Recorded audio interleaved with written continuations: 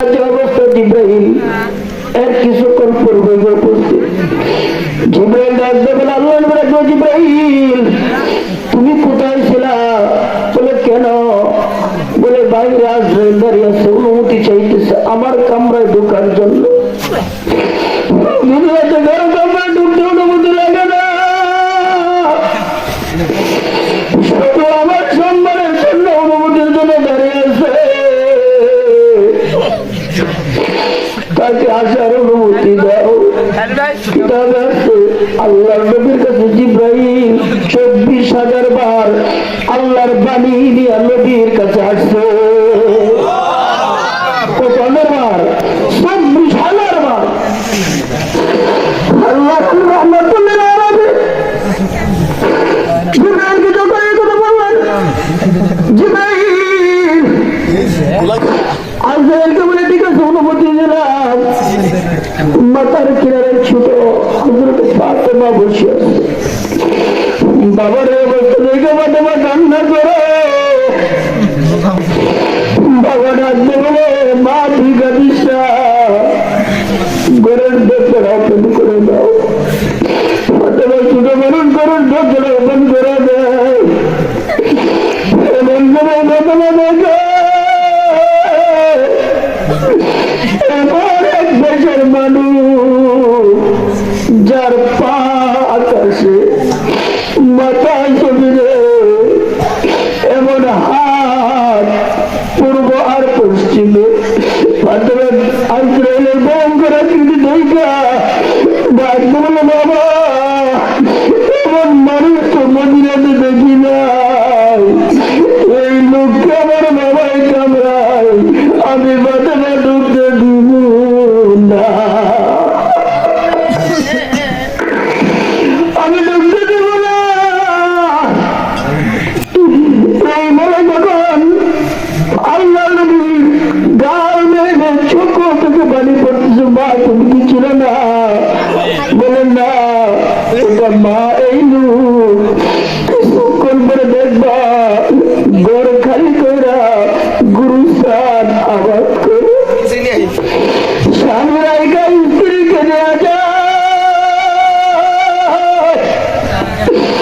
সন্তানের কাছে বাবার লাশ উঠে, অনেক সময় বাবার কাছে সন্তানের লাশ উঠে।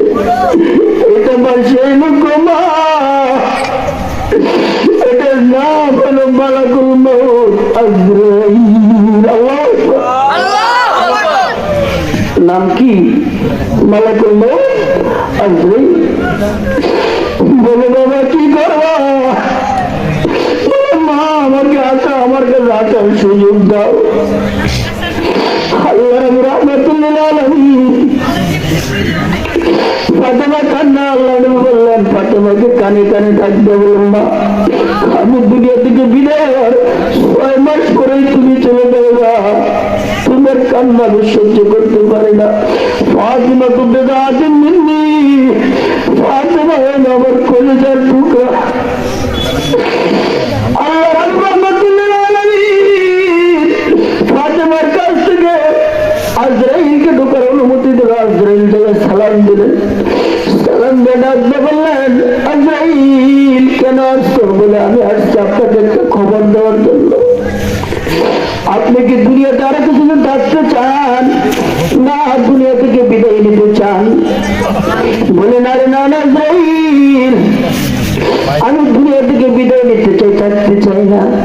কিন্তু আরেকটা খবর, বলে আপনার দুনিয়া থেকে বিদায় নিয়ে যাওয়ার পরে আপনার এই বডি মুবারক আল্লাহর আরশে আজিমে দাফন করা হবে। এই ব্যাপারে আপনি কি বলেন? সেই উত্তরটা আপনি যা দিবেন সেই উত্তর নিয়ে আল্লাহর কাছে যাইব। আল্লাহ রাব্বুল আলামিন সেই উত্তর অনুযায়ী আপনার ব্যবস্থা করতে আমাকে অর্ডার করবে। আল্লাহর হাবিবের বডি মুবারক কোথায় নিয়ে যাবে? আরশে আজিমে। কথা বলেন কেন ভাই? তাহলে ওয়াজটা আপনারা এসে কথা বলো কে আছে? আল্লাহু আকবার, আল্লাহু আকবার। যখন এই কথা বললেন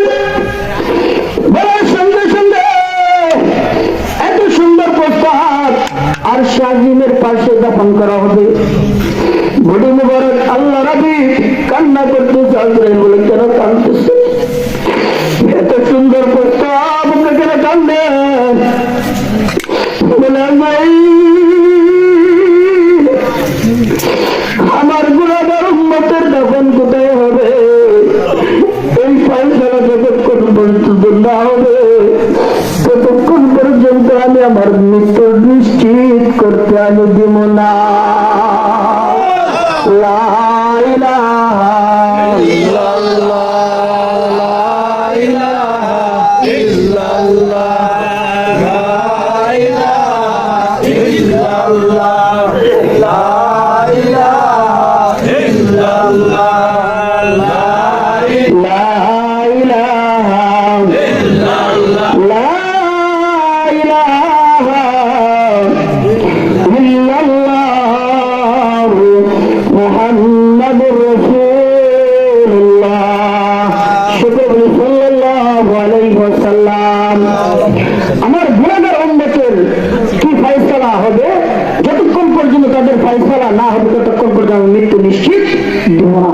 তখন নবীর অবস্থা কেমন জানেন? তখন নবীর কণ্ঠনালীর ভিতরে চলে আসছে জীবনটা, জানটা। এই অবস্থাতে কি উম্মতকে ভুলে নাই। আল্লাহ আকবার, জিবরাইল এই বাণী নিয়ে আল্লাহর কাছে গেলেন, যাওয়ার বলে বলতেছে, আল্লাহ উম্মতের কথা মনে হয়েছে, উম্মতের ফয়সালা না হওয়া পর্যন্ত ওনার জান বের করতে উনি এখনো অনুমতি দেয় নাই। বলে যাও, তুমি যা বলো, ওনার উম্মতের দাফন এই জমিনে হবে, আর ওনার বডি মুবারক আল্লাহর আরশে আজিমে দাফন করা হবে। কত দামি একটা প্রস্তাব। দেখো উম্মত, তুমি কয় নম্বর উম্মত হয়েছো এখান থেকে বুঝবা। জিবরাইল যখন এই কথা আল্লাহর হাবিবকে বললেন, আল্লাহ রাহমাতুল লিল আলামিন আরো কান্নার আগে আওয়াজ আরো বাড়ায় দেয়, বলে কাঁদে কেন? আজ জিবরাইল, তোর জন্য খুশির খবর হতে পারে, আমার জন্য খুশি নয়। আমার গুনাহগার উম্মত যেই জমিনে থাকবে, আমি পয়গম্বর সেই জমিনে থাকবো।